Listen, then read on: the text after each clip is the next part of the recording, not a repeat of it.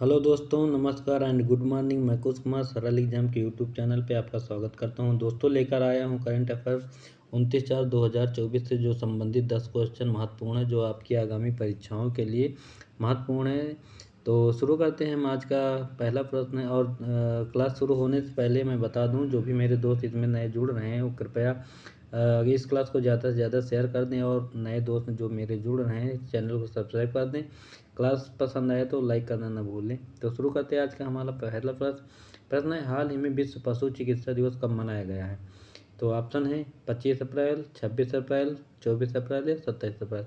तो इसका जो राइट आंसर फिलहाल ये 27 अप्रैल को मनाया गया है। ठीक, हर साल अप्रैल की आखिरी शनिवार को यह विश्व चिकित्सा दिवस मनाया जाता है। ठीक, जरूरी नहीं कि 27 अप्रैल को हो, लेकिन यह है कि अप्रैल का आखिरी जो शनिवार होगा उस दिन मनाया जाएगा। ठीक, तो इसका आगे व्याख्या बता दें तो विश्व पशु चिकित्सा दिवस WBD एक वार्षिक वैश्विक उत्सव है जो समाज में पशु चिकित्सा के अमूल्य योगदान का सम्मान करता है। ठीक, अप्रैल के आखिरी शनिवार को मनाया जाने वाला इस दिन का उद्देश्य जानवर और मनुष्यों के स्वास्थ्य और कल्याण को बनाए रखने में पशु चिकित्सकों की महत्वपूर्ण भूमिका के बारे में जागरूकता बढ़ाना है। ठीक, इसकी थीम की बात करें तो अब की बार की थीम जरूर पूछी जाती, तो थीम बता रहे हैं, पशु चिकित्सा आवश्यक स्वास्थ्य कार्यकर्ता। ठीक, पशु चिकित्सक। ठीक, पशु चिकित्सक आवश्यक स्वास्थ्य कार्यकर्ता। ठीक, ये इसकी थीम थी, स्वास्थ्य कार्यकर्ता। अगला प्रश्न हमारा है, हाल ही में किसे DOCP में उप सचिव नियुक्त किया गया? तो इसके ऑप्शन हैं संजय शुक्ला, राजीव कुमार, अनुराग चंद्रा या रवीश कुमार। तो इसका जो राइट आंसर फिलहाल सी है, अनुराग चंद्रा बनाए गए हैं।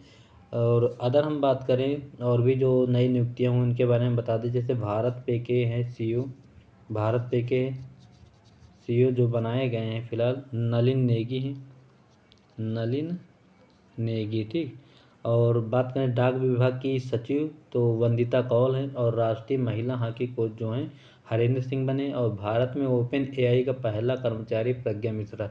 इसको याद रखिएगा क्योंकि ये जो पहला होता है वो ज़्यादा इम्पोर्टेंट होता है एग्जाम के लिए। अगला प्रश्न हमारा है, कौन सा देश 4 दिन वर्क वीक वाला एशिया का पहला देश बनेगा? रूस, चीन, भारत या सिंगापुर। तो इसका राइट आंसर जो है सिंगापुर है। ठीक, 4 दिन वर्क वीक का मतलब है हफ्ते में 4 दिन यहाँ पे कार्य होगा। किसी कंपनी या सरकारी विभाग जो भी हो वहाँ पे 4 दिन के लिए कार्य की सुविधा होगी सिर्फ। तो बात करें इसमें आगे क्या है, तो सिंगापुर एशिया का पहला देश है जो 4 दिन वर्क वीक लागू किया जा रहा है। 1 दिसंबर 2024 से यह देश की सभी कंपनियों पर लागू होगा। ठीक, साथ ही महिलाओं, अधिक उम्र के कर्मचारियों और किसी की देखभाल कर रहे कर्मचारियों को लंबी छुट्टी और जब चाहे वापस काम पर आने की छूट होगी। कितना अच्छा सिस्टम है ना। तो ये सिंगापुर से संबंधित है। अब बात करें सिंगापुर का वो राजधानी क्या है, तो सिंगापुर सिटी यहाँ की राजधानी है।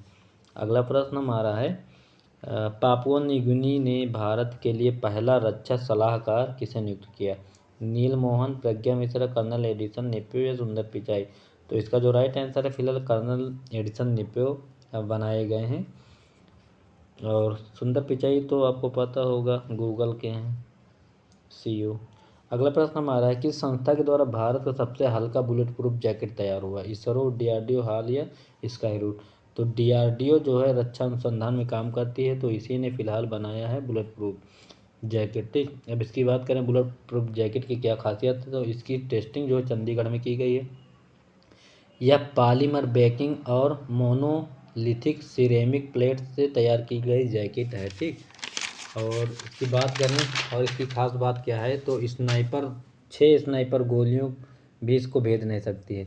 अब DRDO की बात करें तो DRDO की जो स्थापना हुई थी ये हुई थी 1958 में, और इसका जो मुख्यालय दिल्ली में, और इसके जो महानिदेशक हैं समीर वी कामत हैं। ठीक, समीर वी कामत। अगला प्रश्न हमारा है,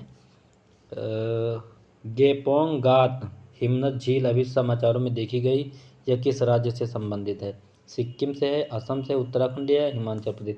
तो इसका जो राइट आंसर है फिलहाल हिमाचल प्रदेश से संबंधित है।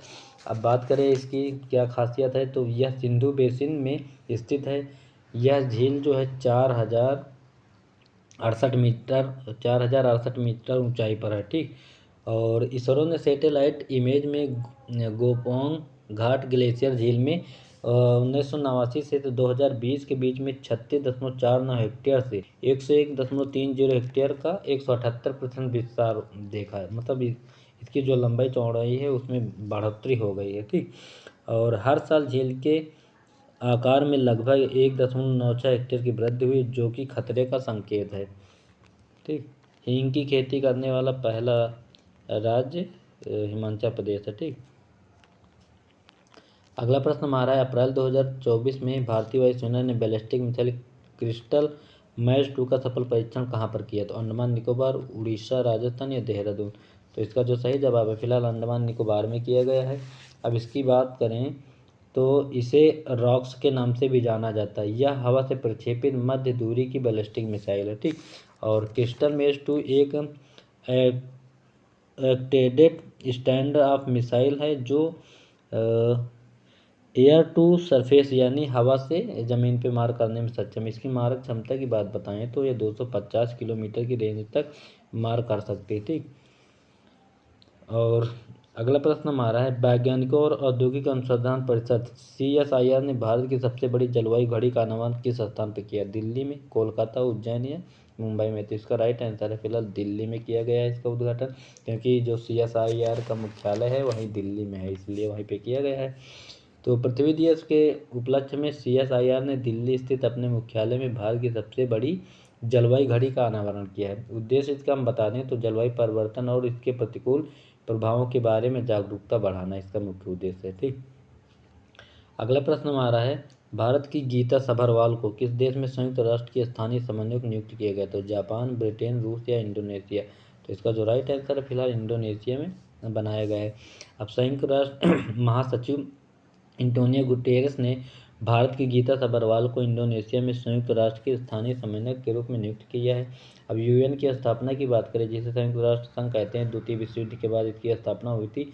तो इसकी स्थापना जो हुई थी 24 अक्टूबर है, जो संयुक्त राष्ट्र दिवस मनाया जाता है। 1945 में इसकी स्थापना हुई थी, ठीक, न्यूयॉर्क अमेरिका में। और इसके महासचिव की बात करें तो एंटोनियो गुटेरस हैं, ठीक।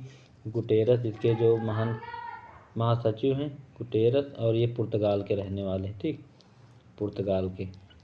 तो अगला प्रश्न हमारा है, हेवने आइलैंड ऑफ गोवा नामक पुस्तक किसने लिखा? तो इसके जो रचयिता हैं श्रीधरन पिल्लई, अरुंधति राय, चेतन भगत या मृदुला गर्ग। इसका राइट आंसर फिर श्रीधरन पिल्लई है, ठीक। हेवने आइलैंड ऑफ गोवा। तो एग्जाम में एक आधे प्रश्न इससे भी आ जाते हैं कि मतलब इस पुस्तक के रचयिता कौन है, लेखक कौन है। तो ध्यान रखिएगा कि जो भी नई पुस्तकें लॉन्च होती हैं उनके बारे में याद रखिएगा कि इसके रचयिता कौन है, ठीक, और किससे संबंधित है। तो ये थे आज के हमारे 10 महत्वपूर्ण प्रश्न जो आपके किसी भी प्रकार की परीक्षा हो उसमें करंट पूछा जाता है, तो उससे संबंधित प्रश्न हम आपके लिए लाते हैं।